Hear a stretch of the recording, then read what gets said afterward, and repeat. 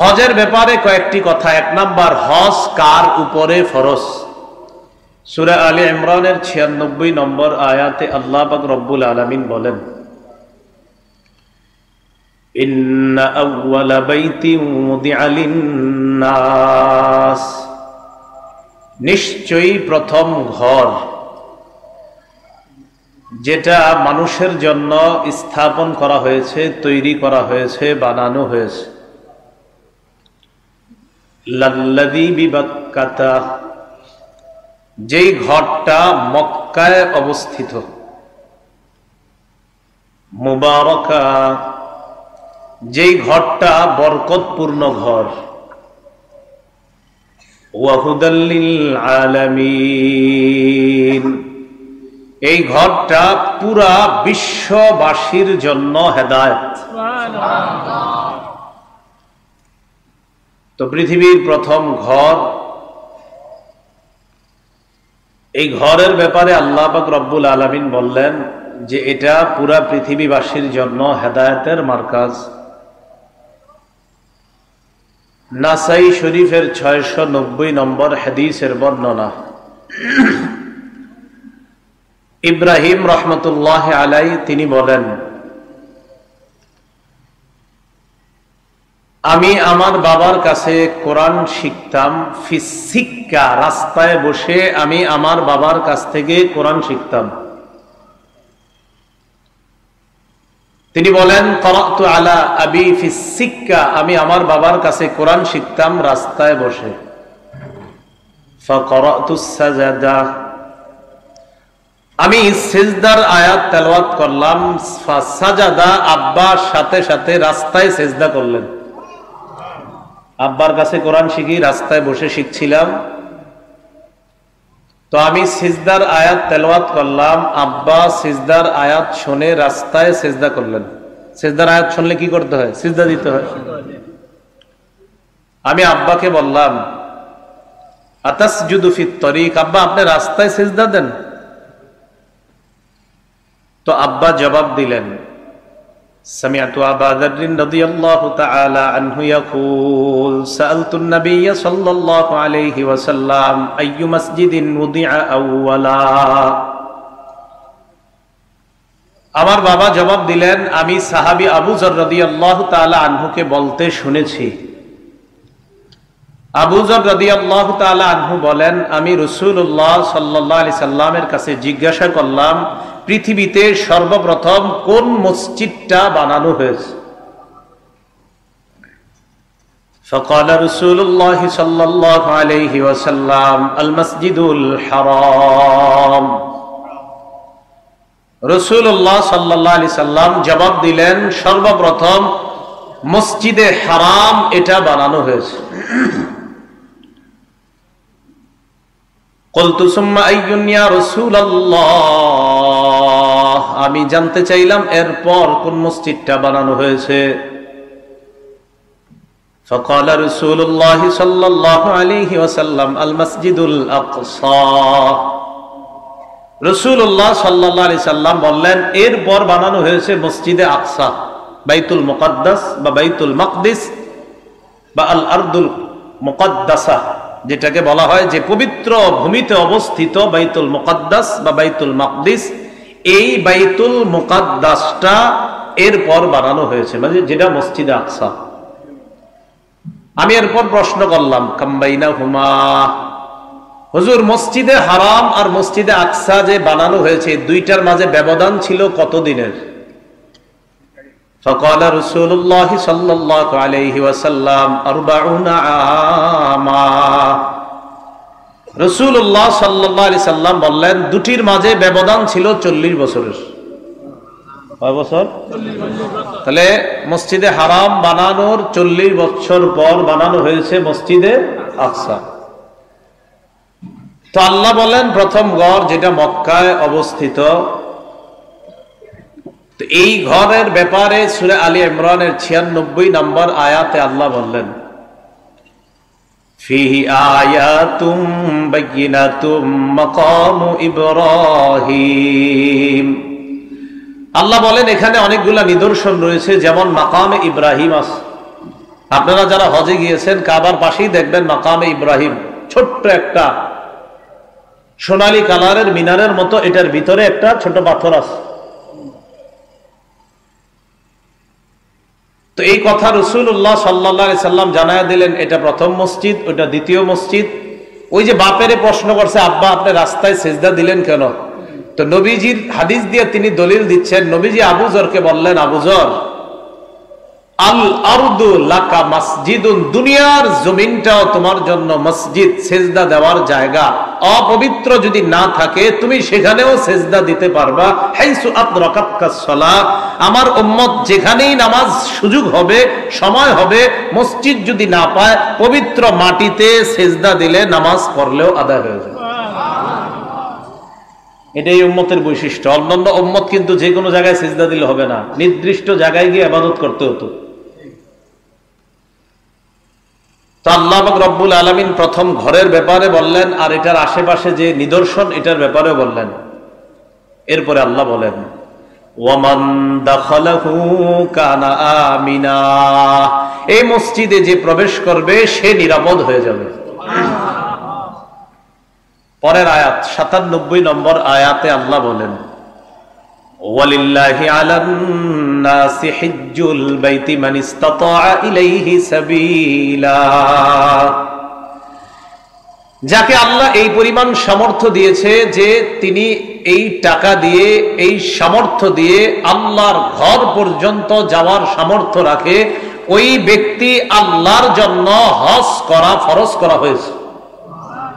যেই ব্যক্তি আল্লাহর ঘর পর্যন্ত যাওয়ার সামর্থ্য রাখে, ভরণ পোষণ বাদ দিয়ে, নিজের চলা, ভরণ পোষণ, সন্তানাদি, পরিবারের খরচ ইত্যাদি বাদ দিয়ে এই পরিমাণ অর্থের মালিক যে, যিনি এই অর্থ দিয়ে আল্লাহর ঘর পর্যন্ত যেতে পারবে, তার উপর আল্লাহকে খুশি করার জন্য আল্লাহর ঘরে গিয়ে হজ করা ফরজ।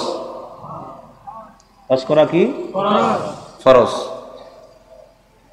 قال رسول الله صلى الله عليه وسلم بني الإسلام على 5 شهادة أن لا إله إلا الله وأن محمد رسول الله وإقام الصلاة وإيتاء الزكاة والحج وصوم رمضان। রাসূলুল্লাহ সাল্লাল্লাহু আলাইহি সাল্লাম বলেন, ইসলামের ভিত্তি 5টি জিনিসের উপর। 1 নাম্বার, আল্লাহ ছাড়া কোনো ইলাহ নাই এই কথার সাক্ষী দেওয়া, আর মুহাম্মদ সাল্লাল্লাহু আলাইহি সাল্লাম আল্লাহর রাসূল, এটা মেনে নেওয়া। 2 নাম্বার, নামাজ প্রতিষ্ঠিত করা, নামাজ কায়েম করা। 3 নাম্বার, যাকাত দেওয়া। 4 নাম্বার, হজ করা। 5 নাম্বার, রমজান মাসের রোজা রাখা। খুব মনোযোগ দিব আমরা। তাহলে 1 নাম্বার, কার উপর হজ ফরজ জানলাম। 2 নাম্বার, হজ কতবার ফরজ? উত্তর, জীবনে একবার ফরজ। বলেন, হজ জীবনে একবার ফরজ। সামর্থ্যবান জি, তার জন্য জীবনে একবার হজ করা ফরজ। মুসলিম শরীফের 3148 নম্বর হাদিসের বর্ণনা। عن أبي هريرة رضي الله تعالى عنه قال خطبنا رسول الله صلى الله عليه وسلم فقال يا أيها الناس قد فرض الله عليكم الحج فحجوا। আবু হুরায়রা রাদিয়াল্লাহু তাআলা আনহু বলেন, রাসূলুল্লাহ সাল্লাল্লাহু আলাইহি সাল্লাম আমাদের উদ্দেশ্যে ভাষণ দিচ্ছিলেন। ভাষণের এক পর্যায়ে রাসূলুল্লাহ সাল্লাল্লাহু আলাইহি সাল্লাম বললেন, হে জনগণ, আল্লাহ তোমাদের উপর হজ ফরজ করেছেন, অতএব তোমরা হজ করো। এতটুকু অনুবাদ বুঝছেন? আল্লাহ তোমাদের উপর হজ ফরজ করেছেন, অতএব তোমরা কি করো? হজ করো। ফাকালা রাজুলুন আকুল্লা আমিন ইয়া রাসূলুল্লাহ, এক ব্যক্তি দাঁড়িয়ে বললেন, ইয়া রাসূলুল্লাহ, হজ করা কি প্রত্যেক বছর ফরজ? হুজুর, হজ কি প্রত্যেক বছর ফরজ? এক ব্যক্তি জিজ্ঞাসা করে বলছে। ফাসাকাতা, আল্লাহ নবী চুপ রইলেন। হাত্তা ক্বালাহা সালাসান, ওই ব্যক্তি এক এক করে 3 বার প্রশ্ন করলেন, ইয়া রাসূলুল্লাহ, প্রত্যেক বছর কি হজ করা ফরজ? প্রথমবার বলার পর আল্লাহ নবী চুপ রইলেন, দ্বিতীয়বার বলার পর আল্লাহ নবী চুপ রইলেন, তৃতীয়বার বলার পর আল্লাহ নবী চুপ থাকার পর জবাব দিলেন, লাউ কুলতু নাআম লাওয়াজাবাত। তুমি বারবার বললা প্রত্যেক বছর হজ করা ফরজ কিনা, আমি নবী যদি বলে ফেলতাম হা, আমি যদি কি বলতাম, আমি যদি হা বলতাম লাওয়াজাবাত, তাহলে সামর্থ্যবানদের জন্য প্রত্যেক বছর হজ করা ফরজ হয়ে যেত, অবধারিত হয়ে যেত। ওয়ালা মাস্তাতাতুম, আর এটা করা তোমাদের জন্য কষ্টসাধ্য হয়ে যেত। তুমি কেন বারবার প্রশ্ন করতেছো? তুমি যে প্রশ্ন করলা, আমি যদি একবার বলতাম হ্যাঁ, যদি একবার বলতাম নাম, যে হ্যাঁ হজ প্রতি বছর ফরজ, তো প্রত্যেক বছর সামর্থ্যবানদের জন্য হজ ফরজ হয়ে যেত। তাহলে নবী হ্যাঁ বলেন নাই, এতে বোঝা যায় হজ সামর্থ্যবানদের জন্য প্রত্যেক বছর না একবার ফরজ? একবার ফরজ। আরেকটা বর্ণনা থেকে আমরা জানি, ইবনে মাজাহ কিতাবের নাম, এই কিতাবের 2886 নম্বর হাদিসের বর্ণনা, أن الأقرع ابن حابس رضي الله تعالى عنه قال أنه سأل النبي صلى الله عليه وسلم الحج في كل سنة أو مرة واحدة। রসুলের এক সাহাবী নাম আকরা ইবনে হাবিস, তিনি আল্লাহ রসুলকে প্রশ্ন করলেন, হুজুর প্রত্যেক বছর কি হজ ফরজ নাকি জীবনে একবার করলেই হবে? فقال بل مرة واحدة, আল্লাহ নবী বললেন একবার হজ করলেই হবে।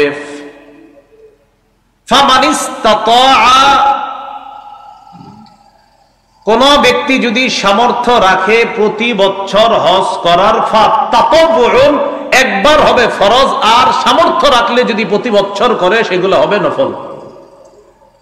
তাহলে কেউ যদি একবার হজ করে ফরজ আদায় হয়ে গেল। এখন কেউ যদি সামর্থ্য আছে তার, সে প্রতি বছর হজে যায়, নবীজি বলেন একবার ফরজ, আর বাকি যতবার যাবে সববার কি হবে? নফল। তাহলে হাদিস কি থেকে কি শিখলাম? জীবনে সামর্থ্যবানের উপর হজ ফরজ কয়বার, আর সামর্থ্যবান পরে যতবার যাবে ততবার কি ফরজ হবে নাকি নফল? নফল। তৃতীয় কথা হজের ব্যাপারে, হজ ফরজ হয়ে গেলে যত দ্রুত আদায় করা সম্ভব দ্রুত আদায় করে নেওয়া। খুব মনোযোগ দেন, গুরুত্বপূর্ণ কথাগুলো এসে যাচ্ছে। ইবনে মাজার 2883 নম্বর হাদিসের বর্ণনা, এই হাদিসের বর্ণনাকারী আব্দুল্লাহ ইবনে আব্বাস রাদিয়াল্লাহু তাআলা আনহুমা ফজল থেকে বর্ণনা করেন, অথবা আও আহাদিহিমা আনিল আখর, মানে আব্দুল্লাহ ইবনে আব্বাস ফজল থেকে হাদিসটা বলেছেন, অথবা ফজল আব্দুল্লাহ ইবনে আব্বাস থেকে বলেছেন। দুইজনের একজন, হয়তো তিনি তার থেকে বা সে তার থেকে, অথবা তিনি তার থেকে, এইভাবে দুইজনের একজন নবীজির থেকে হাদিসটা বলছেন। قال رسول الله صلى الله عليه وسلم, আল্লাহ নবী বলেন, মান আরাদাল হজ্জ ফালইতাআজ্জাল, যে ব্যক্তি হজের ইচ্ছা করে সেই ব্যক্তি যেন তাড়াতাড়ি হজ করে নেয়। فإنه قد يمرض المريض, কারণ এমন হতে পারে সামর্থ্যবান হঠাৎ অসুস্থ হয়ে যেতে পারে, আর হজে যাওয়া সম্ভব হবে না। কখনো কখনো মানুষ কি হয়ে যায়? অসুস্থ। তো হজ ফরজ হওয়ার পর রাসূল বলেন তাড়াতাড়ি যেন করে। ফাইন্নাহু ক্বাদ ইয়ামরাদুল মারিদ, কারণ কখনো কখনো মানুষ অসুস্থ হয়ে যায়।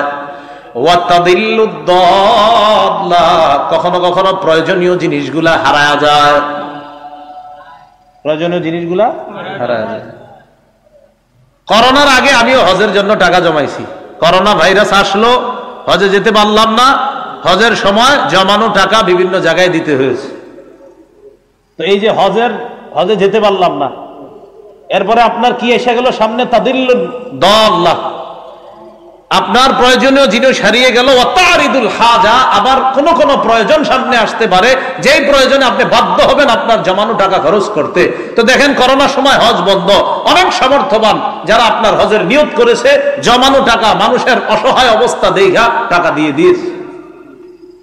তাহলে কি বোঝা গেল? রাসূল বলেন কখনো মানুষ অসুস্থ হয়ে যেতে পারে, কখনো মানুষ তার সামনে যে প্রয়োজন, এমন প্রয়োজন আসতে পারে যেই প্রয়োজনের কারণে আর হজে যাওয়া হবে না।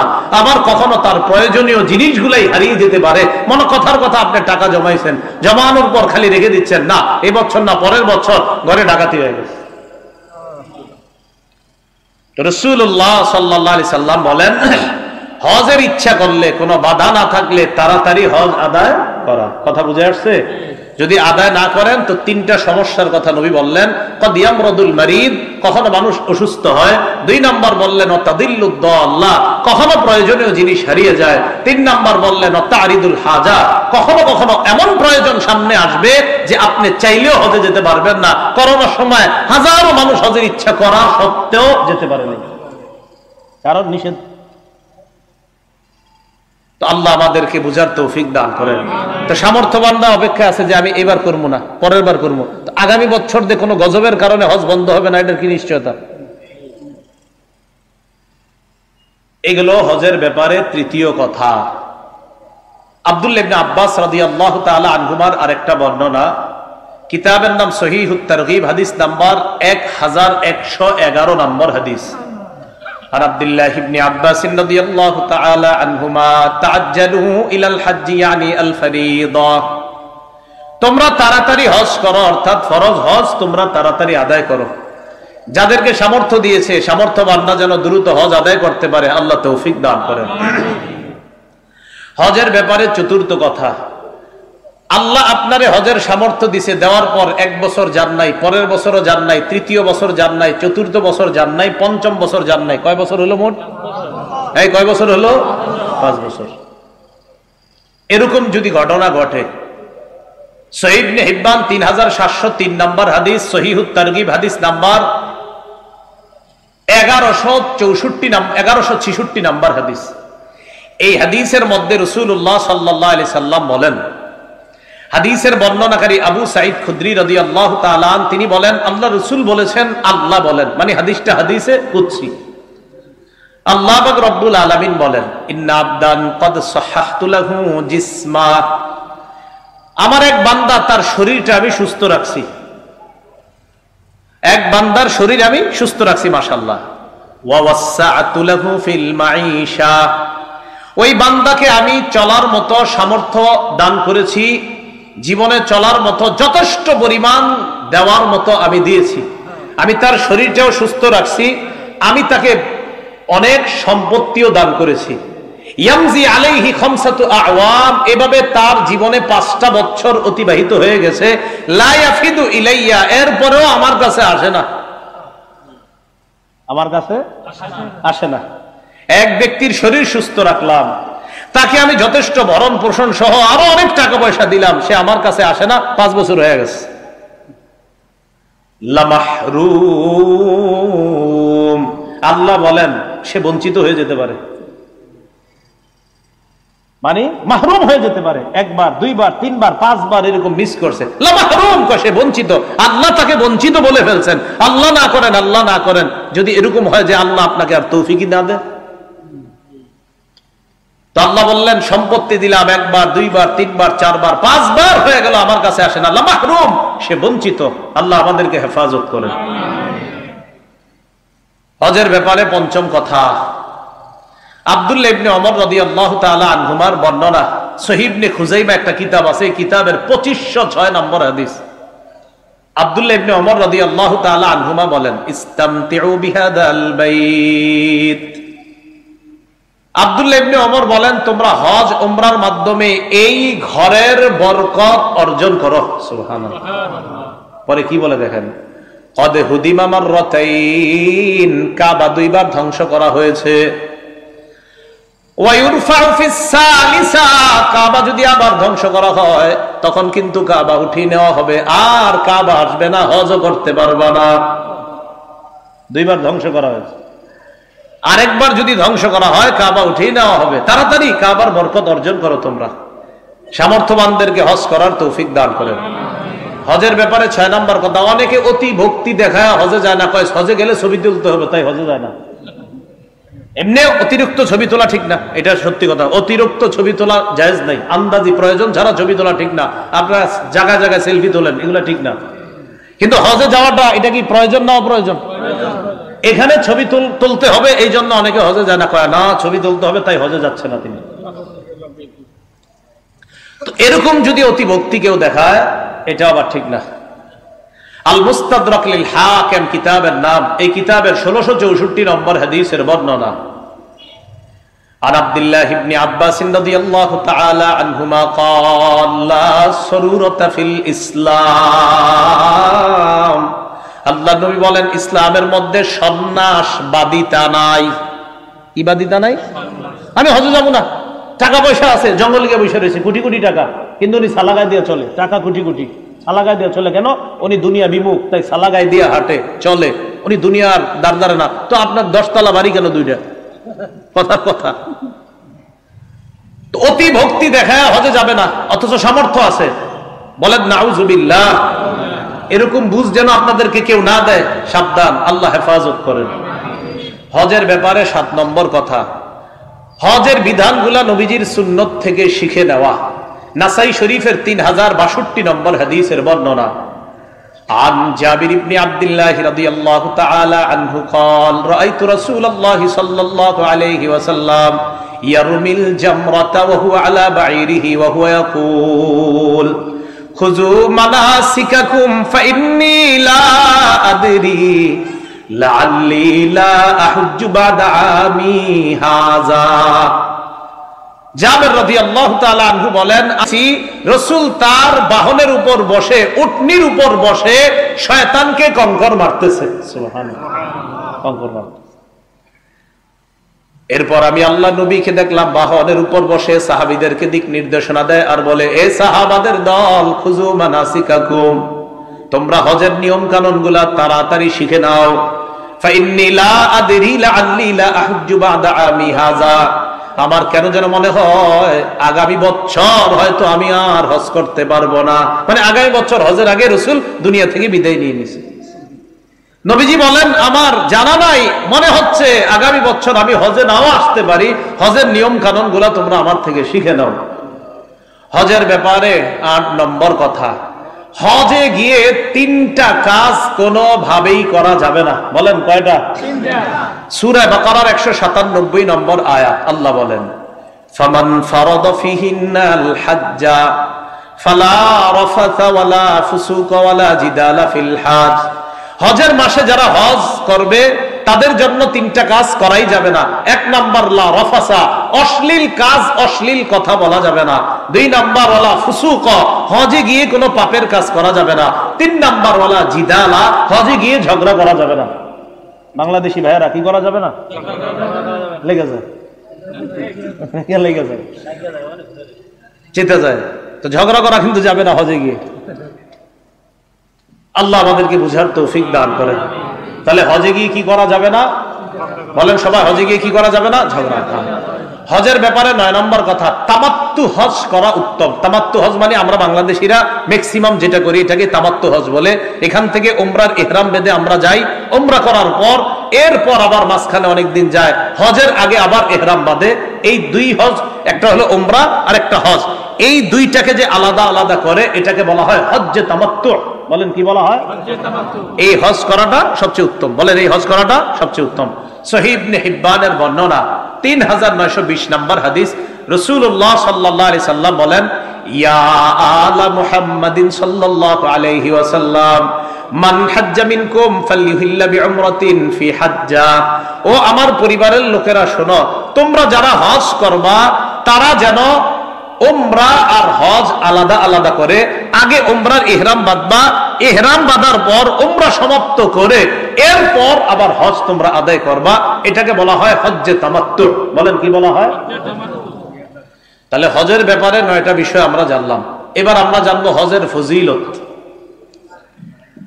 হজের 1 নম্বর ফজিলত, যেই ব্যক্তি হজে গিয়ে অশ্লীল কথা বলবে না, অশ্লীল কাজ করবে না, আর কোনো গুনাহের কাজ করবে না, এরকম হজ যদি কেউ করতে পারে। সহিহ বুখারীর বর্ণনা 1521 নম্বর হাদিস। عن أبي هريرة رضي الله تعالى عنه قال قال رسول الله صلى الله عليه وسلم رسول الله صلى الله عليه وسلم বলেন, মান হাজ্জা লিল্লাহ ফালাম ইয়ারফুস ওয়ালাম ইয়াফসুক রাজাআ কায়াউমিন ওয়ালাদাতহু উম্মুহু।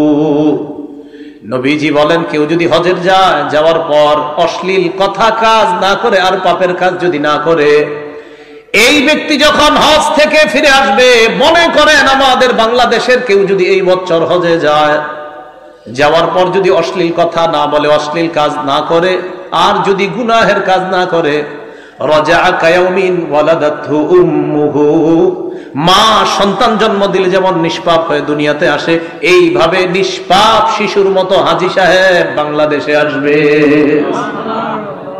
সদ্য ভূমিষ্ঠ সন্তানের যেন কোনো পাপ থাকে না, যেমন এইভাবে হাজী সাহেব সেখান থেকে পাপ মুক্ত অবস্থায় আজকে জন্ম নিছে মায়ের পেট থেকে, এমন অবস্থায় তিনি ওই হজ থেকে তার দেশে প্রত্যাবর্তন করলেন। এগুলো ফজিলত নম্বর 1। হজের ফজিলত নম্বর 2, কোন ব্যক্তি যদি হজ করে, হজে গিয়ে যদি পাপের কথা না বলে, কাজ না করে, তার আগের সবগুলা গুনাহ মাফ করে দেওয়া হবে। তিরমিজি শরীফের 811 নম্বর হাদিসের বর্ণনা, عن أبي هريرة رضي الله تعالى عنه قال قال رسول الله صلى الله عليه وسلم من حج لله فلم يرفث ولم يفسق غفر له ما تقدم من ذنبه। রাসূলুল্লাহ সাল্লাল্লাহু আলাইহি সাল্লাম বলেন, কেউ যদি আল্লাহর জন্য হজ করে, সেখানে যদি কোনো অশ্লীল কথা, অশ্লীল কাজ না করে, আর পাপের কাজ না করে, তার আগের সব গুনাহগুলা মাফ করে দেওয়া হয়। এগুলো হজের ফজিলত। আরেকটা হলো হজ্জে মাবরুর। হজ্জে মাবরুরের ফজিলত, এটা আবার আশ্চর্য ফজিলত। হজ্জে মাবরুরের 1 নম্বর ফজিলত দেখেন কি, রাসূলুল্লাহ সাল্লাল্লাহু আলাইহি সাল্লাম হজ্জে মাবরুরকে বলেছেন শ্রেষ্ঠ আমল, সবচেয়ে মর্যাদাপূর্ণ আমল। সহিহ বুখারীর 26 নম্বর হাদিসের বর্ণনা, عن أبي هريرة رضي الله تعالى عنه قال سئل رسول الله صلى الله عليه وسلم أي العمل أفضل يا رسول الله। রাসূলুল্লাহ সাল্লাল্লাহু আলাইহি সাল্লামকে প্রশ্ন করা হলো, আল্লাহর কাছে সবচেয়ে মর্যাদাপূর্ণ আমল কোনটা? নবীজি জবাব দিলেন, ঈমানুন বিল্লাহি ওয়া রাসূলি। ঈমানুন বিল্লাহ, আল্লাহকে বিশ্বাস করা, রাসূলকে বিশ্বাস করা, এটা হলো সবচেয়ে ফজিলতের আমল। তাইলা সুম্মা মাযা ইয়া রাসূলুল্লাহ, প্রশ্ন করা হলো, হুজুর এরপর সবচেয়ে মর্যাদাপূর্ণ আমল কোনটা? নবীজি বললেন, এরপর সবচেয়ে মর্যাদাপূর্ণ আমল হলো আল জিহাদু ফি সাবিলিল্লাহ, আল্লাহর রাস্তায় জিহাদ করা। তাইলা সুম্মা মাযা ইয়া রাসূলুল্লাহ, প্রশ্ন করা হলো, এরপর সবচেয়ে ফজিলতপূর্ণ আমল কোনটা আল্লাহর কাছে? নবীজি জবাব দিলেন, হজ্জুন মাবরুর, হজ্জে মাবরুর এরপর সবচেয়ে ফজিলতপূর্ণ আমল।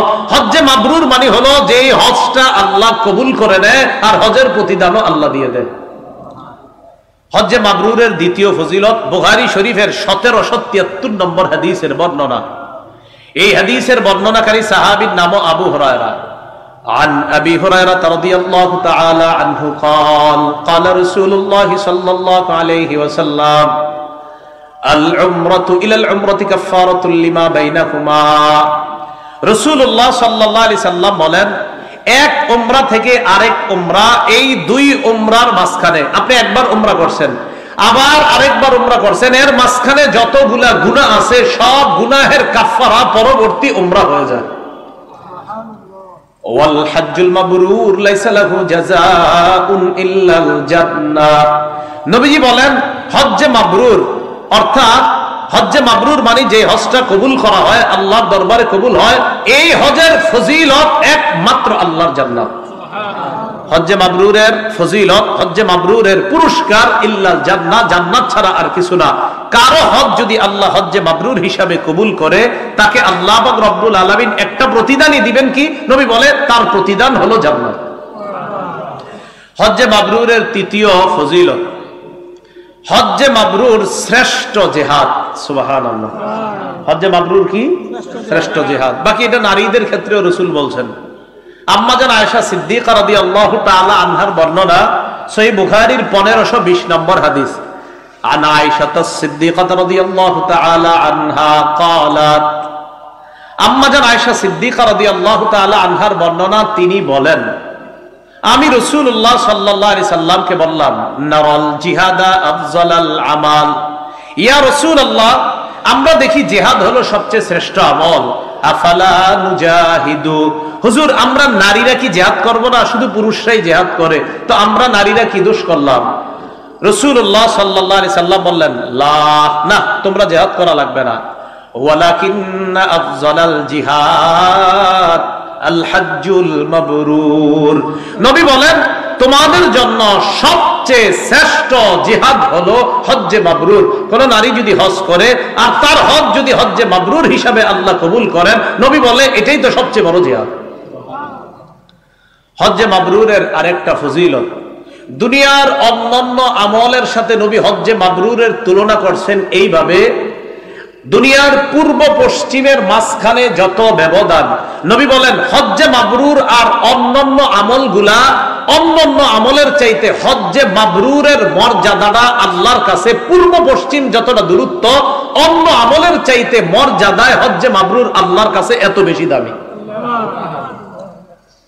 সহিহুল জামে কিতাবের নাম 1092 নম্বর হাদিস। এই হাদিসের মধ্যে আসছে আফজালুল আমাল আল ঈমানু বিল্লাহি ওয়াহদাহ, সবচেয়ে ফজিলতপূর্ণ আমল হলো আল্লাহর প্রতি বিশ্বাস করা।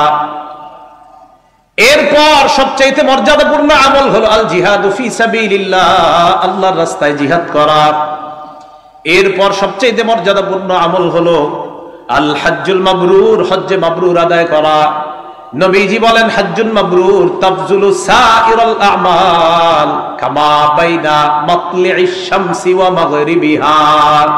রাসূলুল্লাহ সাল্লাল্লাহু আলাইহি সাল্লাম বলেন, সূর্য উদয় আর অস্ত, সূর্য উদয় হয় পূর্ব দিক থেকে, পশ্চিমে অস্তে যায়।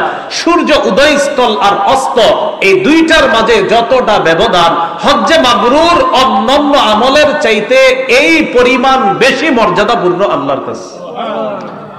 এবছর বাংলাদেশের যারা হজের নিয়ত করেছে, আল্লাহ যেন সকলকে হজ্জে মাবরুর আদায় করে আসার তৌফিক দান করেন। হজের ব্যাপারে পরের কথা, যারা মনে করেন দুর্বল, কথার কথা একজন মানুষ তার বয়স 60 বছর, বাচ্চা, অসুস্থ মহিলা, এরা তো জিহাদে যাইতে পারে না। আপনার বাবা 60 বছর 65 বছর বয়স, উনি জিহাদের সওয়াব কিভাবে পাবে? কথার কথা। রাসূলুল্লাহ সাল্লাল্লাহু আলাইহি সাল্লাম বলেন, নাসাই শরীফের 2626 নম্বর হাদিস, ক্বালা রাসূলুল্লাহ সাল্লাল্লাহু আলাইহি ওয়াসাল্লাম জিহাদুল কাবীরি ওয়াস সাগীরি ওয়াদ দাঈফি ওয়াল মারআ আল হজ্জ ওয়াল উমরা। নবীজি বলেন, বুড়া মানুষ, বৃদ্ধ মানুষ, ছোট মানুষ, অসুস্থ মানুষ আর নারীদের জিহাদ হলো হজ এবং উমরা করা। কোন মুরব্বী যদি হজ করে, কোন ছোট মানুষ যদি হজ করে, কোন অসুস্থ ব্যক্তি যদি হজ করে, কোন নারী যদি হজ করে, এই হজটা করার কারণে আল্লাহ তাকে জিহাদের সওয়াব দান করবেন। তাহলে হজ করা এটা জিহাদের সওয়াব পাওয়া যায়। এক ব্যক্তি নবীজির কাছে আসছে, কিতাবের নাম মাজমাউজ জাওয়ায়েদ। জাআ রাজুলুন ইলা নবী সাল্লাল্লাহু আলাইহি ওয়াসাল্লাম, এক ব্যক্তি আল্লাহ রাসূলের কাছে আসছে। আসার পর নবীজিকে বললেন, ইন্নী জাবানুন ওয়া ইন্নী দাঈফুন ইয়া রাসূলুল্লাহ, হুজুর আমি ভীরু, আমি অসুস্থ, আমি দুর্বল।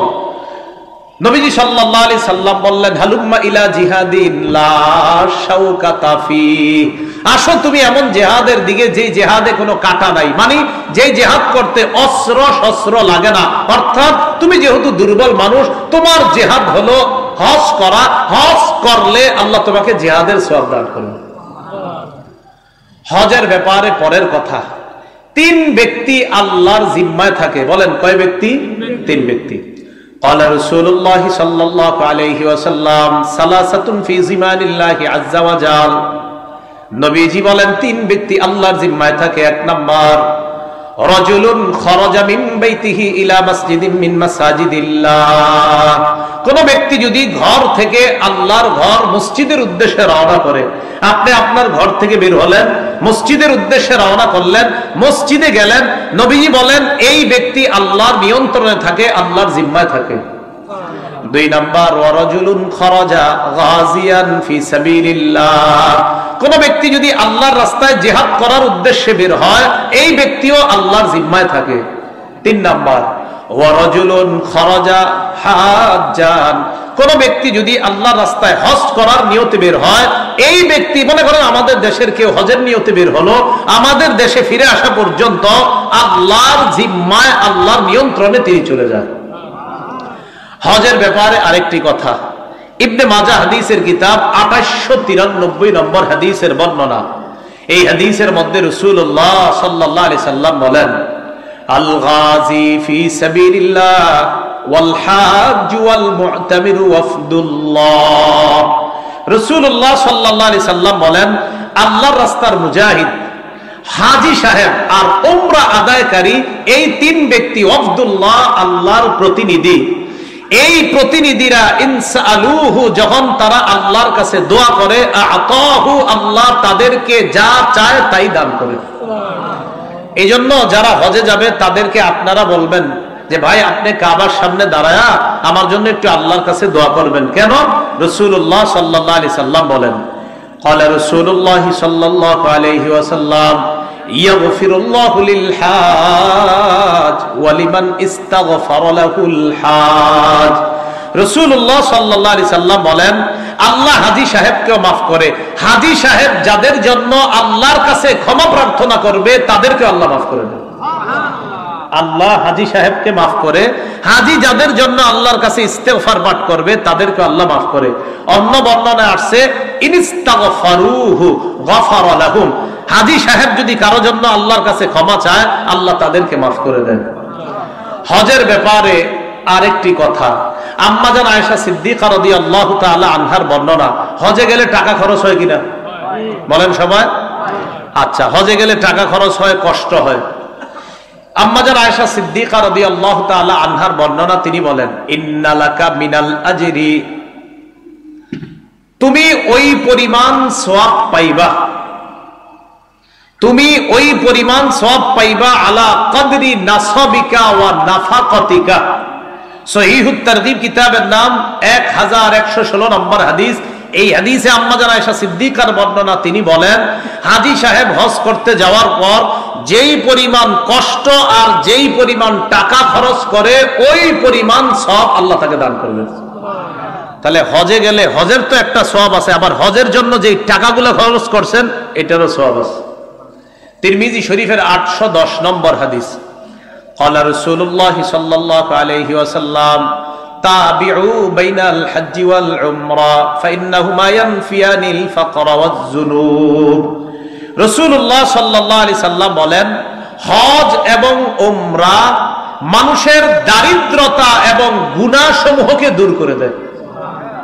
হজ করলে মানুষ দরিদ্র হয় না, বরং ধনী হয়। হজ করলে মানুষের গুনাহগুলা আল্লাহ ধুয়ে মুছে সাফ করে দেয়। তাহলে কি বুঝতে পারলাম? যাদেরকে আল্লাহ সামর্থ্য দান করছেন তারা ওই যে দুনিয়ার প্রথম ঘর আল্লাহ বানাইছেন, এই ঘরে উপস্থিত হয়ে সেখানে গিয়ে আল্লাহকে খুশি করার জন্য হজ করা। তাহলে সামর্থ্য যাদেরকে আল্লাহ দিয়েছে তারা কি হজ করব? ভবিষ্যতে যদি যাদেরকে দেয়, আর এখন যাদের আছে, আজকে যাদের আছে, আর ভবিষ্যতে যদি আল্লাহ সামর্থ্য দেয়, সবার হজের নিয়ত আছে তো ইনশাআল্লাহ? আল্লাহ তৌফিক দান করেন।